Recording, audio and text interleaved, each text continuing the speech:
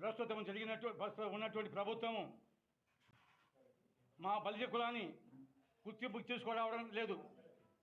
మాకున్నటువంటి ఈ యొక్క ఆంధ్రదేశంలో బలిజలకి అత్యధికమైనటువంటి బలిజలు టోటల్గా ఈ యొక్క 6 జిల్లాలు అంటే 10 జిల్లాలు చేశారు. ఈ 10 జిల్లాల్లో 74 కాన్స్టిట్యూషన్ ఉందన్నమాట. 74 కాన్స్టిట్యూషన్కి గాను ఒక కాన్స్టిట్యూషన్లో కూడా మా అభ్యర్థులను పెట్టలేదు, మా బలిజ కులాస్తులను పెట్టలేదు. తీరా దర్శిలో ప్రకాశం జిల్లాలో దర్శి ఉన్నటువంటి వేణుగోపాల్ కూడా తీసేసి అక్కడ రెడ్డి కులాస్తులను పెట్టారు.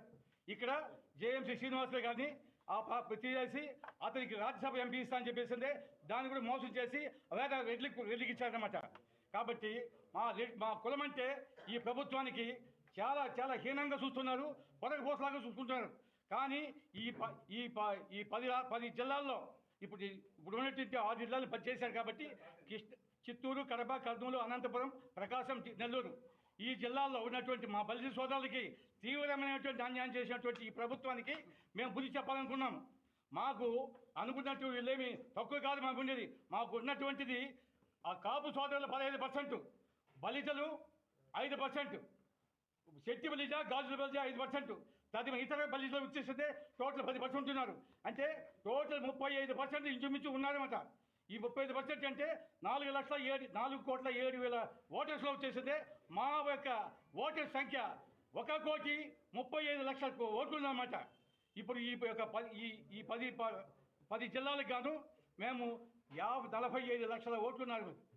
ఈ మమ్మల్ని బలిజల్ని చాలా నీచంగా, చాలా మమ్మల్ని గుర్తింపు లేకుండా చూస్తుంది ఈ ప్రభుత్వం. ఈ ప్రభుత్వానికి గుణపడి చెప్పాలంటే మా సోదరులు, మా బలిజ సోదరులు, బలిజ సోదరీమణులు ఏ పార్టీలో ఉన్నా కూడా ఈ యొక్క ప్రభుత్వానికి బుద్ధి చెప్పాలని చెప్పేసి అందరూ రిజైన్ చేసి ఒక కుమ్మడిగా రిజైన్ చేసి ఈ యొక్క ప్రభుత్వానికి గుణపాఠం చెప్పాలని చెప్పేసి మా మిత్రులకి, మా బలిజ సోదరులకి మొత్తానికి చెప్తున్నాను.